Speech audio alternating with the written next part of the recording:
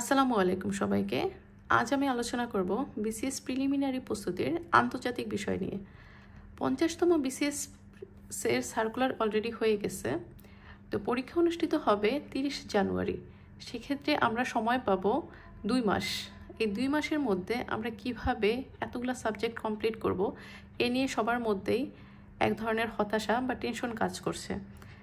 তো এই সাবজেক্টগুলোকে খুব সহজে আমরা কিভাবে কমপ্লিট করতে পারি সেই বিষয়ে আমাদের প্রথমে সিলেবাসটা বুঝতে হবে। তো এখন আমি আলোচনা করব আন্তর্জাতিক বিষয় নিয়ে। আন্তর্জাতিক বিষয়ে মূলত আগে ছিল 20 মার্চ, এখন নতুন সিলেবাস অনুযায়ী 25 মার্চের একটা পরীক্ষা হবে।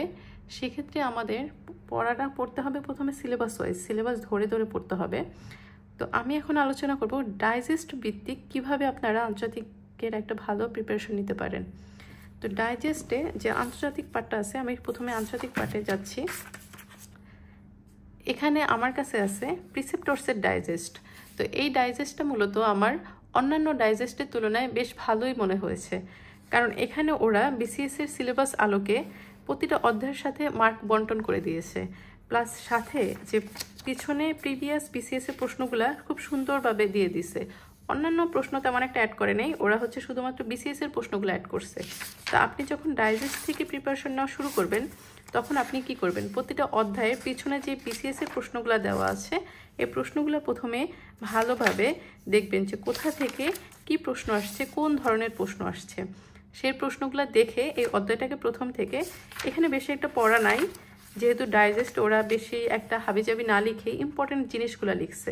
তো এই শুরু থেকেই শেষ পর্যন্ত এই অধ্যায়টাকে ভালোভাবে পড়বেন।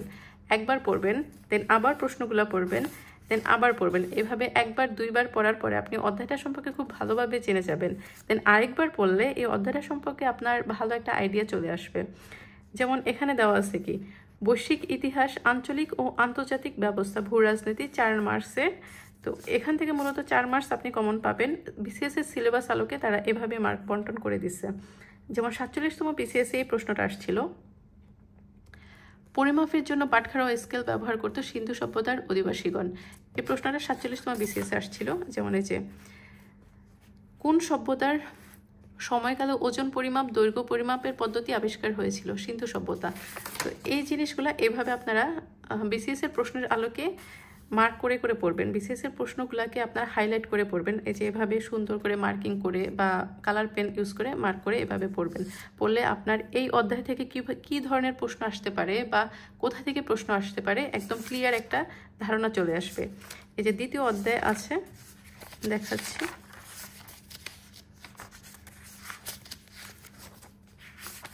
এখানে যেমন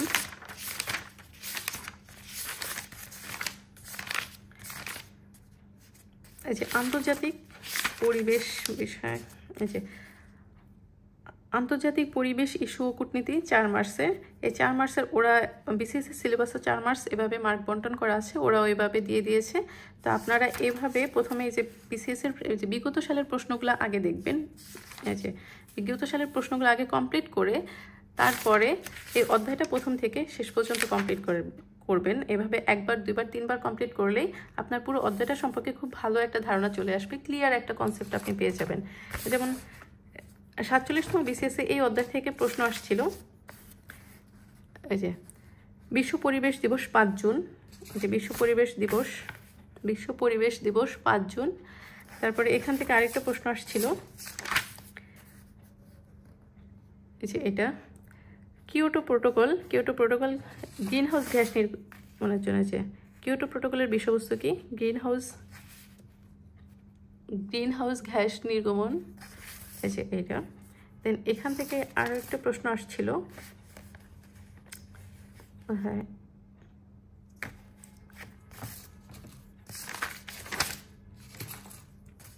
এই যে এখান থেকে আরেকটা প্রশ্ন আসছিল, ভারত পাকিস্তান সিন্ধু নদের পানি বন্টন চুক্তি।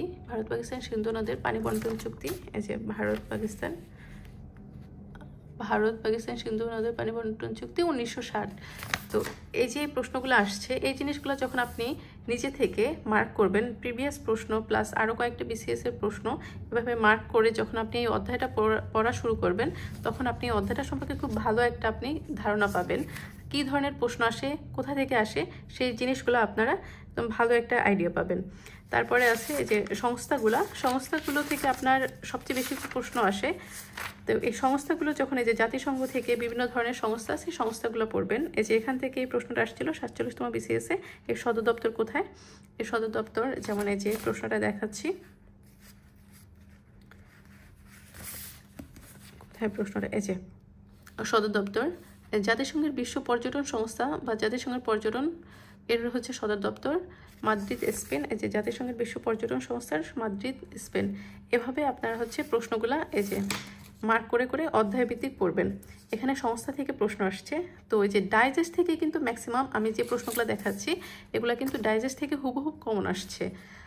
আর অন্যান্য কয়েকটা প্রশ্ন, যেমন এই প্রশ্নটা, এটা কিন্তু সাম্প্রতিক একটা প্রশ্ন, এই যে সাম্প্রতিক একটা প্রশ্ন, তো এটা যখন আপনি সাম্প্রতিক পড়বেন তখনই পেয়ে যাবেন।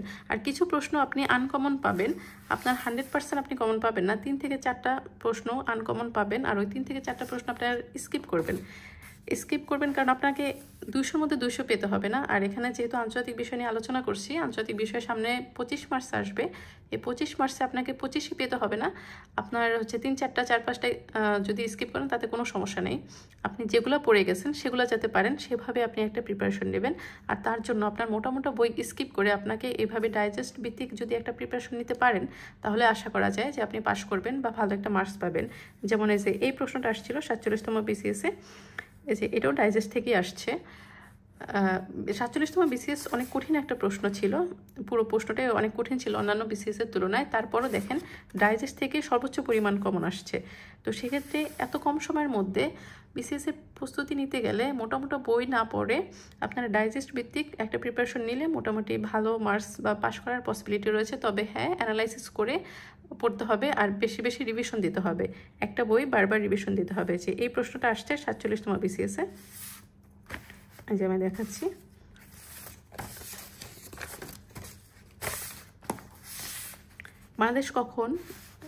বাংলাদেশ কখন নারীর বিরুদ্ধে সকল প্রকার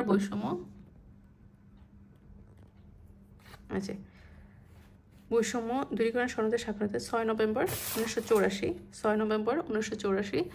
এই যে এখানে ম্যাক্সিমাম প্রশ্নই কিন্তু ডাইজেস্ট থেকে সরাসরি কমন আসছে, আর কিছু কিছু প্রশ্ন আসে নাই যেগুলো অন্যান্য বইতেও নেই, আসলে সেগুলো এমনিতেই এত কঠিন যে কারোই কমন পড়ে নাই। তো ওই জিনিসগুলোর প্রতি বেশি একটা কনসার্ন না দিয়ে যেগুলো কমন আসছে, যেগুলো কমন জিনিস, ওইগুলোর প্রতি বেশি কনসার্ন দেওয়া উচিত, যাতে করে আপনি ভালো একটা মার্কস আশা করতে পারেন। আন্তর্জাতিক যখন প্রিপারেশন নেবেন তখন আপনারা এই আন্তর্জাতিক সংগঠনগুলোতে বেশি জোর দিবেন, এই সংগঠনগুলো থেকে সর্বাধিক প্রশ্ন কমন আসে।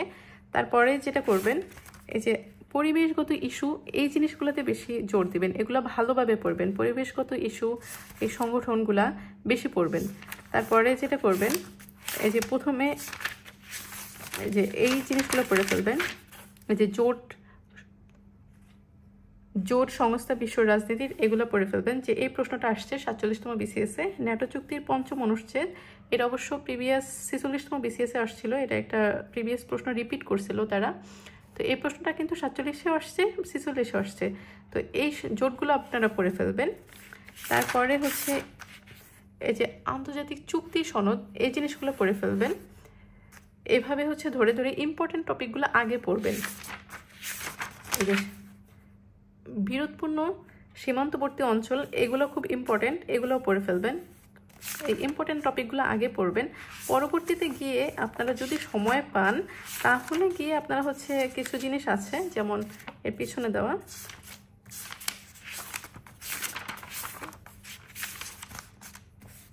এই যে পিছনে দেওয়া বিভিন্ন প্রেসিডেন্ট, বাসভবন, এগুলো অবশ্য না পড়লেও হবে, এগুলো থেকে তেমন একটা প্রশ্ন আসে না, এগুলো স্কিপ করলেই চলবে।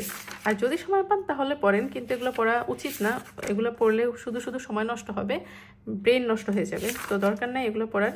এগুলো থেকে তেমন একটা প্রশ্ন আসে না, আপনাদের উচিত হবে ইম্পর্টেন্ট টপিকগুলো বেশি পড়া, যেমন এই সংস্থাগুলো, সংগঠনগুলা, যেমন অন্যান্য গুরুত্বপূর্ণ সংস্থা, এই সংস্থাগুলো থেকে প্রশ্ন আসে, এগুলো থেকে প্রশ্ন আসে, এগুলো পড়বেন।